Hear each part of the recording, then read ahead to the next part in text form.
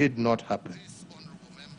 Had this amendment been adopted, counties would have by law received Kenya shillings 562 billion instead of the 316 billion allocated to them in the 2020-21 budget, an increase of over 75% of their current allocation. The second loss, honorable members, from the First Amendment was proportional representation. Proportionality is about the equitable distribution of resources amongst all groups.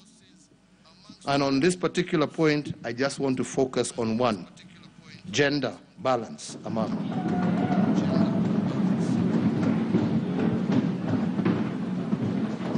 The First Amendment to our Constitution would have ensured that 50% of all senators were women.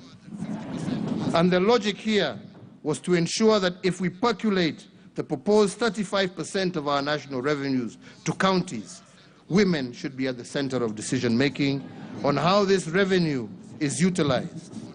But, honorable members, this did not happen. The third loss